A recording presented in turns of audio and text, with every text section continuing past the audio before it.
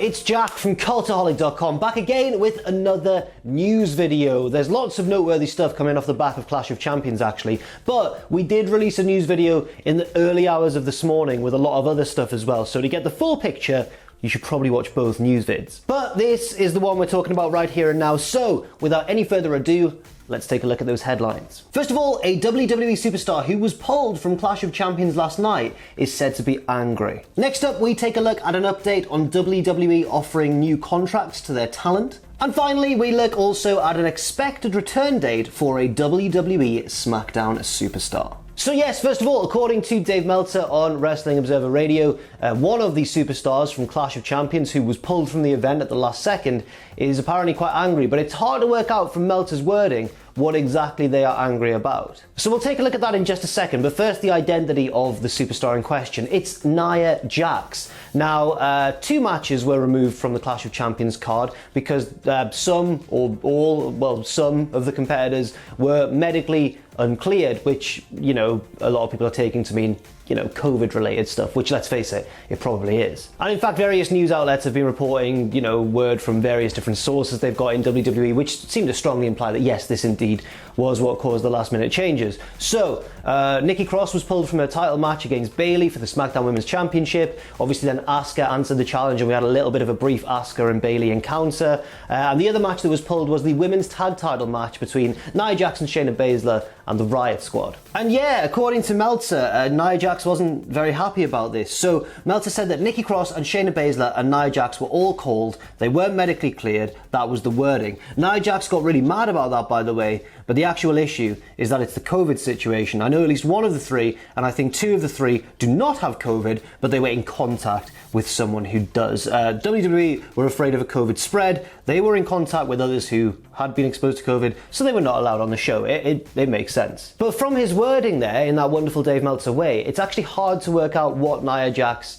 was angry about, because from what I can tell, having read this and listened to it and looked at it a few times, he means one of two things. So Meltzer either means that Nia was angry because she was pulled from the show, or he means she was angry about WWE reporting it as her being medically uncleared rather than telling the truth and saying it was to do with COVID. So that's a bit of a strange one, isn't it? I don't really know which one it is because the way Meltzer's worded it. I'll read it again just to show that there's no way we can actually tell what he means. Yeah, so Nikki Cross and Shayna Baszler and Nia Jax were all called. They weren't medically cleared, that was the wording. Nia Jax got really mad about that, by the way. So is she mad about them getting called and taken off the show, or is she mad about WWE's wording of what happened? It's certainly a weird one. I don't know. I feel like if Nia's annoyed about the way that WWE have reported this and told the news that they're not able to compete, then I think she's got a point. I think she's allowed to be angry about that because they've not told the truth about her medical condition or her being in contact with somebody who has got COVID, basically. But on the other hand, I don't think that she's really got a leg to stand on if she's angry about being pulled from the show. Even if she doesn't have it herself, if she's been in contact with someone who confirmed, you know, does, then why is she annoyed about not being allowed to wrestle it? It's just sensible, I suppose. Then again, there has been a lot of anger reported over the past couple of weeks from unnamed sources within WWE about the way that WWE have been running things, about their training situations and people coming into close contact with each other. And I think the general feeling is that more could be done to help prevent this sort of thing from happening, especially so soon before a big pay-per-view. And of course, people's health is the most important thing, obviously. Maybe Nia's annoyed about that instead. I don't know. She's angry about something, and it may be that she was pulled from Clash of Champions, and it may be the way that WWE reported that. I'm not sure which. Next up, remember when all of those producers got furloughed back in April? Well, one of those names, and a recognisable one as well, a former wrestler in fact, is back to work. Apparently, according to PW Insider, Billy Kidman officially returned to work at this week's Friday Night SmackDown taping. Of course, it's good news for Billy Kidman that he's back, but many others who have been let go have not yet been recalled, such as, for example, Shane Helms, aka The Hurricane, Mike Rotunda, Lance Storm, and Sarah Stock. But Billy Kidman is back in the fold. I wonder what it is about Billy Kidman that's made him like the priority. Maybe he's on lower pay than the rest of them and WWE can get away with paying him less than the rest. Maybe he's more crucial to a certain storyline that's going on at the moment, or a certain wrestler he might be tied to. Not quite sure. It could be any number of reasons really, but I think the takeaway here is that we'll have to keep an eye on the situation and see whether it results, whether it's just the first of many and WWE start bringing back many other furloughed producers and road agent types, or whether this is pretty much just a one-off and nothing else is going to happen for quite a while. It'll be interesting to see what happens going forwards. And yeah, we'll have to keep an eye on it. And of course, if you're new to wrestling maybe, or you're a bit of a younger fan, you might not know that Billy Kidman used to indeed wrestle in WWE, and perhaps more prominently in WCW as well in the late 90s.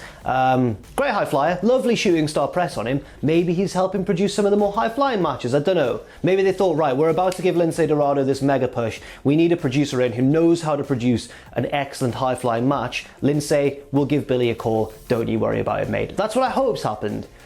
It might not be a big Lince Dorado push, it might be another reason. Next up, Fightful have reported a bit of an update on that recent news about WWE offering NXT talent new deals, or should I say NXT call-ups from NXT to the main roster. Apparently deals had not been offered yet, but when they were going to be offered, a lot of people were saying that apparently the amount was going to be less than what typically superstars have been used to in the recent past. Well, Fightful have followed up on this, saying we've reported last week that several of the NXT call-ups were finally being spoken to about new WWE contracts, because those had of course been delayed, and now they're finally being spoken to about those new contracts. Fightful have said this was in line with what they were told when they were brought up, that at the time things were uncertain and eventually they'd negotiate new main roster deals. But as mentioned, the money wasn't quite up there with what a lot of wrestlers were being offered to re-sign just even last year. But WWE have told several of those involved that they are open to renegotiating after WrestleMania season next year. So you have to feel really bad for the timing of people who've been called up from NXT to Raw and SmackDown recently, because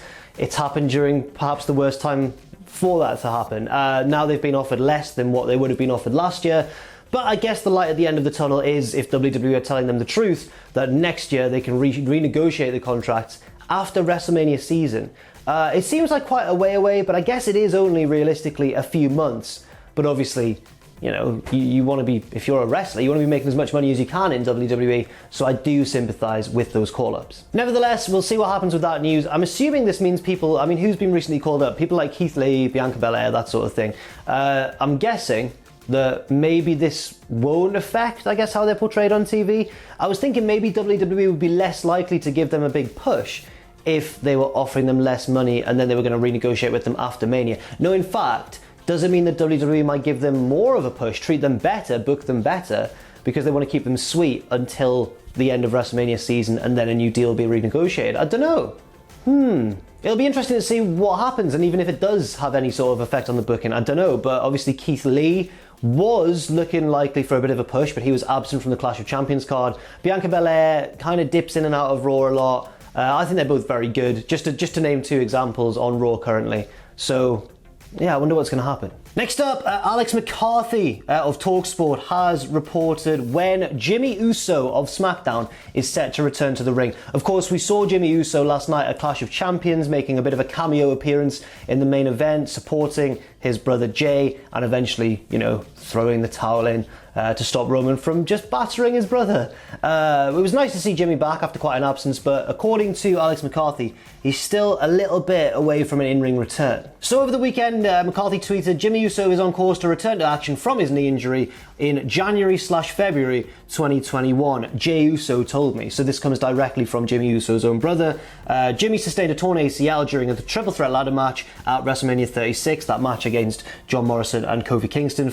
It was for the SmackDown tag titles, even though only one half of every team was in the match. It was a good match. Apparently, according to Uso, he sustained the injury a mere minute into that WrestleMania match, coming from what he felt was a relatively simple bump off of a ladder from a few feet up. That's according, once again, to Alex McCarthy. It just goes to show, doesn't it, that wrestling's a dangerous game, and that, injuries can happen from even the most innocuous of spots. Obviously, we continue to wish Jimmy Uso a speedy and full recovery, and hopefully, if this is true, we'll see him around sort of Rumble time in the beginning of the new year. And finally, I'll throw in this news story as well, because it's kind of linked, because it concerns an injury as well. This was reported towards the back end of last week, on Saturday, I believe. Bobby Fish has been sidelined with a knee injury down in NXT. So Bobby Fish, yeah, he wasn't present at NXT last week, and according to the Wrestling Observer newsletter, this is what's happened. It says, with WWE, and more specifically NXT, there are a number of stories going around based on people not being there that should have been, and with no explanation, which of course has led lots of people to speculate that everybody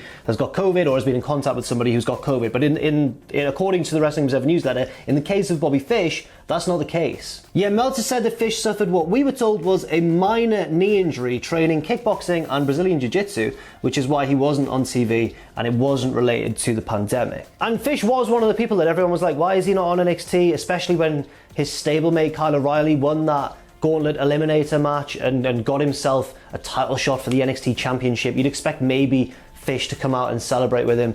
Then again, you know, maybe it wasn't unusual not to see Fish there because O'Reilly's been acting a bit babyface recently and Fish seems to remain a heel for now. So maybe that would have just happened anyway. I don't know, but the good news is it only appears to be a minor injury for Bobby. So I guess from that news we can expect to see him come back fairly soon, especially with the Undisputed Era seemingly moving towards some kind of breaking point, maybe in the near future, maybe a little bit further down the line. I don't know, but we'll have to catch what happens when it does. So that is it for this news video. I've been Jack from Cultaholic.com. Thank you very much for watching. Leave your thoughts and opinions on any of these stories down in the comments section below. Thank you very much once again. Stay safe out there, stay positive, and I'll see you very soon.